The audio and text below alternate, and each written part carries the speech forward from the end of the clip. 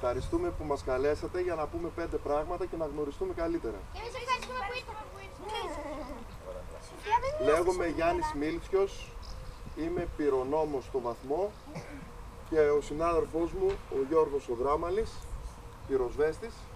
Ήρθαμε σήμερα να σας κάνουμε μια επίδειξη το πυροσβεστικό όχημα και να πούμε 5 πράγματα πώς να προφυλάσσεστε από τις φωτιές και από τους σεισμούς και όποια άλλα συμβάντα μπορούν να απειλήσουν τη ζωή σας. Καταρχήν, θα ήθελα να μιλήσω λίγο για ποιοι είμαστε.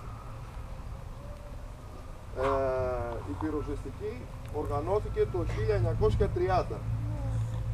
Στην αρχή ήταν μια μικρή ομάδα από λίγους άντρες που μετατάχθηκαν από το στρατό. Η πρώτη πυροσβεστική υπήρχε στην Αθήνα, μετά δημιουργήθηκε αντίστοιχη ομάδα στη Θεσσαλονίκη και με τα χρόνια έγιναν σε όλες τις πόλεις της Ελλάδος, αλλά και σε πολλές κομμοπόλεις. Κομμόπολη αυτή τη στιγμή εμείς ήρθαμε από το Σιδηρόκαστρο. Έτσι, που υπάρχει εκεί πυροσβεστικό κλιμάκιο. Η πυροσβεστική, εκτός από τις φωτιές, ξέρετε τι άλλο κάνει?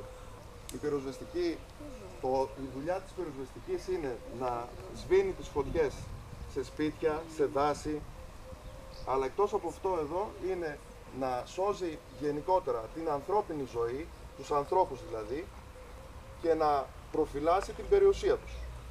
Έτσι, οι κίνδυνοι που θα απειλούσαν μια ανθρώπινη ζωή μπορεί να είναι μια πλημμύρα, να είναι ένα τροχαίο, όταν συγκρούνται τα αυτοκίνητα δηλαδή, κάποιοι εγκλωβίζονται. Πηγαίνουμε εμείς και με ειδικά μηχανήματα που θα σας δείξουμε, τους βγάζουμε.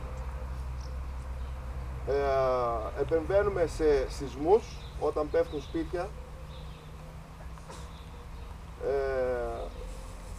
και σε κάποια ατυχήματα που είναι άλλης φύσεως, είναι βιομηχανικού τύπου. Είναι υπερβολή, δεν χρειάζεται να τα λέμε αυτό. Ξέρετε πώς παίρνει φωτιά ένα αντικείμενο? Τι χρειάζεται για να πάρει φωτιά? Για πες.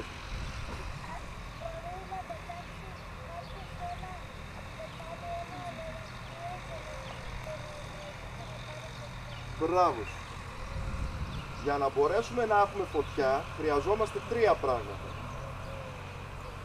Ένα είναι η καύσιμη ύλη, το ξύλο, το πετρέλαιο. Έτσι.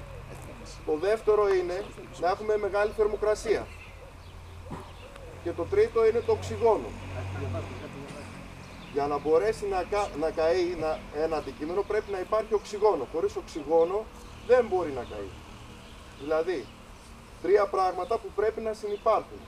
Φωτιά, έτσι, θερμοκρασία και οξυγόνο. Γι' αυτό αποφεύγουμε σε μέρη όπως είμαστε σε ένα δάσος, αποφεύγουμε να βάλουμε φωτιά. Είναι επικίνδυνο, γιατί οξυγόνο υπάρχει, καύσιμη ύλη υπάρχει, οπότε τι θέλουμε? Μια σπίθα.